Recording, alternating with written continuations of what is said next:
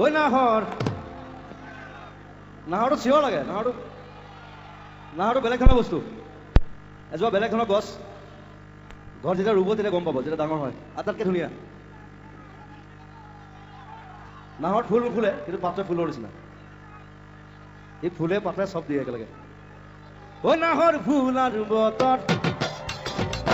ঐ নাহৰ ঐ নাহৰ ঐ নাহৰ ঐ নাহৰ ফুল আৰু বতৰ ঐ নাহৰ মোৰ মৰমৰ ঐ নাহৰ ঐ নাহৰ ঐ নাহৰ ঐ নাহৰ পানীৰ তই বহাগৰে খবৰ